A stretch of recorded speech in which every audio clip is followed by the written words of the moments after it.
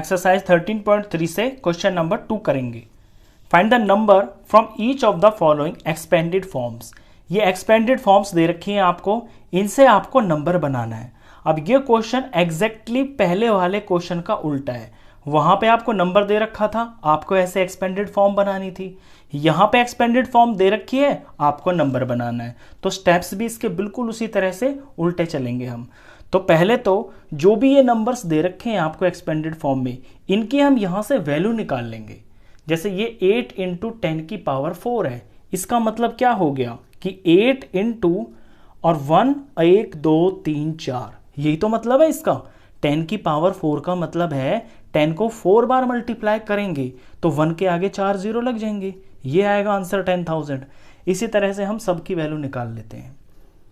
यहाँ पे 6 है, 6 की मल्टीप्लाई 10 की पावर 3 से हो रही है, तो ये 6 इंटू और ये 1000 हो जाएगा, ये 3 जीरो आ जाएंगे। प्लस यहाँ 0 है और 0 की मल्टीप्लाई हो रही है 10 की पावर 2 से, 10 की पावर 2 यानी 10 10s are 100, तो 2 जीरो लग जाएंगे। 4 की मल्टीप्लाई हो रही है 10 की पावर 1 से, यानी सिर्फ 10 से, तो 1 है ना यहाँ पे, तो 1 जीरो। बस ये पावर आपको देखनी है, जितनी पावर होगी 1 के आगे उतना जीरो लग जाएगा। प्लस का प्लस, 5 का 5 इंटू ये है 10 की पावर 0। अब 10 की पावर 0 का मतलब हो गया 1। हमने लॉज ऑफ एक्सपोनेंट किया है ना, किसी की भी पावर 0 होती है तो वो 1 होता है, यानी 5 इंटू 1। और यहाँ पे क्योंकि 0 है इसीलिए 1 के आगे कोई भी 0 नहीं है। यहाँ पे 1 था तो 1 जीरो था, यहाँ 0 तो यहाँ कोई भी 0 नहीं है। ये हमने इसको एक्सपेंड किया है, इसकी जो पावर्स हैं उनको अभी हमने खोला है। अब इनको मल्टीप्लाई करके इनकी रियल वैल्यूज निकल जाएंगी। जब 8 को 1 से मल्टीप्लाई करेंगे तो 8 1 8 हो गया, और आगे 1 2 3 4 लग गई हैं 0। प्लस यहाँ 6 1 6 हो गया और आगे 3 जीरो, यहाँ 0 1 0 हो गया और आगे 2 जीरो। प्लस 4 1 4 हो गया और ये 1 जीरो, 5 1 5 हो गया। अब बिल्कुल आपको साफ साफ नंबर दिखाई दे रहे होंगे। अब इनको सिर्फ आपको ऐड करना है, ऐड करते ही आपका आंसर आ जाएगा। अब इसे करने का शॉर्ट तरीका भी है, शॉर्ट तरीका देख लीजिए। जो आपका सबसे बड़ा नंबर है ना 1 2 3 4 5, इसके अंदर 5 प्लेसेस है, यानी जो आपका आंसर होगा ना वो 5 प्लेसेस का ही होगा। अब पीछे से प्लेसेस को गिनना शुरू करना। ये एक ही डिजिट है, ये पहली प्लेस है तो ये यहाँ पे आ जाएगा। यहाँ पे पहला और ये दूसरा, ये दूसरी प्लेस है, ये 4 यहाँ पे आ जाएगा। इसे देखें, पहला दूसरा तीसरा, ये तीसरी प्लेस है, ये यहाँ पे आ जाएगा। पहला दूसरा तीसरा चौथा, ये चौथी प्लेस पे है, ये यहाँ पे आ जाएगा। और पहला दूसरा तीसरा चौथा पांचवा, ये 5वीं प्लेस पे आ जाएगा। बच्चे क्या करते हैं कि वो आंख मीच के ना ऐसे 8 6 0 4 5 लिख देते हैं। वो कहीं कहीं पे तो तुक्के से आंसर ठीक आ जाता है, लेकिन कहीं कहीं पे ना वो गलत भी हो जाता है। वो गलत तब होता है जब आपकी ये जो पावर्स है ना 10 में, ये जो पावर्स लगी हुई हैं ये पूरे तरीके से डिसेंडिंग ऑर्डर में नहीं होती है, जैसे कि कोई यहाँ पे मिस होती, तो उस केस में बच्चे गलती कर जाते हैं। तो ये इसका आंसर हुआ। अगर आपको इस तरह से प्लेस करने में दिक्कत होती है तो कोई दिक्कत नहीं है, साइड में फटाफट आप रफ में इनको ऐसे ऐड भी कर सकते हो। ये लिख लिया मैंने 8000, ये 6000 लिख लिया, ये 1 2 3 0 लिख लिए, ये 40 लिख लिया, ये 5 लिख लिया। ऐसे लिखते ही तुरंत आप इसका आंसर भी निकाल सकते हो। चलिए बी पार्ट करते हैं इसका। बी पार्ट के अंदर पहले तो हम ये जो 10 की पावर्स लिखी हुई हैं इन्हें सिंप्लीफाई करते हैं। पहला काम हमारा यही होगा। तो 4 इंटू 1, 10 की पावर 5 है, तो जब 10 को 5 बार मल्टीप्लाई करेंगे तो 1 के आगे 5 जीरो आ जाएंगे, 3 4 5। ऐसे 5 इंटू 10 की पावर 3 है तो यहाँ पे 3 जीरो आ जाएंगे। प्लस यहाँ 3 इंटू 10 की पावर 2 है तो यानी 1 के आगे 2 जीरो आ जाएंगे। यहाँ पे 2 इंटू 10 की पावर 0 है, 10 की पावर 0 का मतलब है 0 होगा ही नहीं यहाँ पे, यानी 1 के आगे एक बार भी 0 नहीं होगा। ये हो गया। अब इनका प्रोडक्ट कर लेते हैं। 4 1 4 ही आएगा, 1 2 3 4 5, 1 2 3 4 5 जीरो आएंगी। 5 1 5 ही आएगा, 1 2 3, 1 2 3 जीरोज आ गई हैं। 3 1 जार 3 होगा और ये 2 जीरोज आ गई हैं और 2 1 जार 2 आ गया, हो गया। अब जो मैं आपको पिछले क्वेश्चन में बता रहा था वो ये था कि बच्चे सोचते हैं कि ये 1 2 3 4 4 नंबर है, तो हम क्या करते हैं 4 5 3 2 4 5 3 2 ये लिख देते हैं, ये आंसर होगा। लेकिन ये गलत हो जाता है। देखिए कैसे, मैंने बताया कि जो आपका सबसे बड़ा नंबर होता है, जितने प्लेस उसके अंदर होते हैं ना, जितने डिजिट्स उसके अंदर होते हैं, आपके आंसर में भी उतने ही डिजिट्स होते हैं। तो यहाँ 1 2 3 4 5 6, 1 2 3 4 5 6, 6 डिजिट का ही आपका आंसर होगा।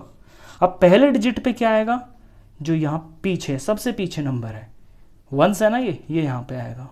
दूसरे पे क्या आएगा वो आपको यहाँ तो दिखेगा नहीं, इस नंबर पे देख लीजिए, पहला दूसरा, ये दूसरा है, दूसरे पे 0 आएगा।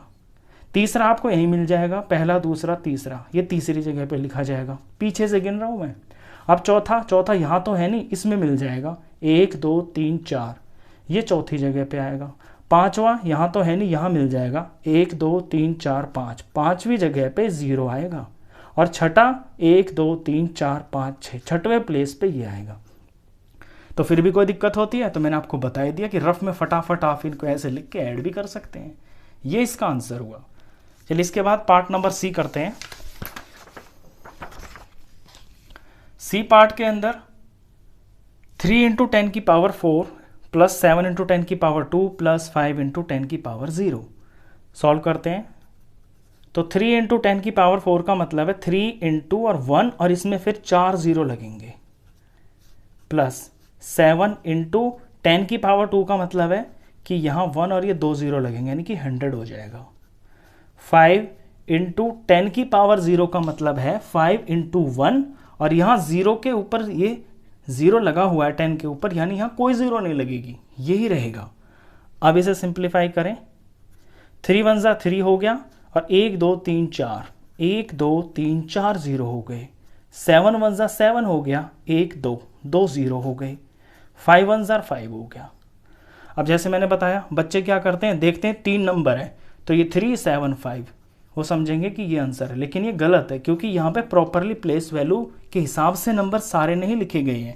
यहाँ पे 10 की पावर 4 है और 10 की पावर 3 वाली जो चीज़ है वो यहाँ पे मिस है।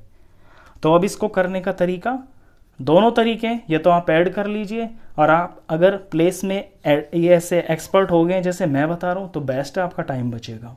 1 2 3 4 5, 1 2 3 4 5, 5 डिजिट का आंसर होगा इसका। फर्स्ट प्लेस पे आएगा ये पहला नंबर 5, सेकंड प्लेस आपको यहाँ नहीं मिलेगी, यहाँ मिल जाएगी पहला दूसरा ये 0, तीसरी प्लेस यहाँ पे मिल रही है 1 2 3, थर्ड प्लेस 7, चौथी प्लेस यहाँ नहीं है, यहाँ मिल जाएगी 1 2 3 4, चौथे पे 0 आएगा। पांचवी प्लेस 1 2 3 4 5, यहाँ पे 3 आएगा। तो ये बन गया इसका नंबर। देखिए कितना फर्क पड़ा है, 3 7 5। कुछ बच्चे ऐसे कर देते हैं तो ये 375 ही होता, लेकिन ये एक्चुअली में 30,705 है। यहाँ पे 2 चीज़ें मिस हैं, एक तो 10 की पावर 3 वाली टर्म मिस है और एक 10 की पावर 1 वाली टर्म मिस है। तो जब आप इसको आप प्रॉपर तरीके से करेंगे जब एक्चुअली आपका जो नंबर है वो पता चलेगा। चलिए इसके बाद पार्ट नंबर डी करते हैं। तो डी पार्ट में सबसे पहले हम यही करेंगे कि ये जो 9 × 10 की पावर 5 लिखा हुआ है, इस 10 की पावर 5 का आंसर निकाल लेंगे।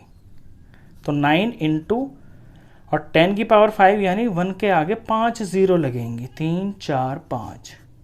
अगला नंबर है 2, 10 की पावर 2 यानी 1 के आगे 2 0 लगेंगी।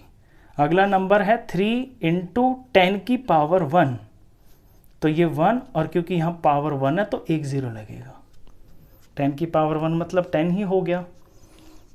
मल्टीप्लाई करें इसको तो 9 1 ज़ार तो हो गया 9 और 1 2 3 4 5, 1 2 3 4 5, ये ज़ीरोज़ हो गई। 2 1 ज़ार 2 हो गया, 1 और 2 ये 0 लग जाएंगी। आगे 3 1 ज़ार 3 हो गया और ये 0 का 0, 3 1 ज़ार 3 और ये 1 0 तो 1 0, 30 हो गया है। अब इसे आप मेरे तरीके से करेंगे तो देखना, सबसे बड़ा जो नंबर है यहाँ पे जो सबसे पहले है, जितने इसके अंदर डिजिट्स हैं उतने का आपका आंसर होगा। तो 1 2 3 4 5 6, 1 2 3 4 5 6, 6 डिजिट का आंसर होगा आपका। पहली डिजिट पे क्या होगा, पीछे से देख लीजिए, पहला नंबर है ये पीछे, 0 0 होगा। दूसरे डिजिट पे पहला दूसरा, हमें दूसरा नंबर यही मिल गया, 3 होगा। तीसरा यहाँ मिलेगा 1 2 3, तीसरे प्लेस पे ये 2 होगा। चौथे पे यहाँ नहीं है, यहाँ पे आ जाइए, 1 2 3 4, चौथे पे 0 होगा। पांचवे पे 1 2 3 4 5, पांचवे पे 0 होगा। और छठवें पे 1 2 3 4 5 6, ये 9 होगा। ये इसका आंसर हो गया। तो इस तरह से आप ये जो एक्सपेंडेड फॉर्म लिखी हुई हैं, पहले तो जो 10 की पावर में लिखे हुए हैं इन्हें एक्सपेंड करके लिख लेना, फिर सिंपली इनका मल्टीप्लिकेशन आपको पता ही है, 100 का, 1000 का, 10,000 में होता क्या है, नंबर वही रहता है, बस जितने जीरो होते हैं वो लग जाता है। फिर इसको प्लेस वैल्यू के अकॉर्डिंग आप लिख सकते हैं। बच्चों को अगर कहीं पे किसी में आपको तकलीफ होती हो तो आप साइड में प्लस कर लेना, उसमें आपका गलती होने का चांस भी पूरी तरह से खत्म हो जाएगा। तो क्वेश्चन खत्म।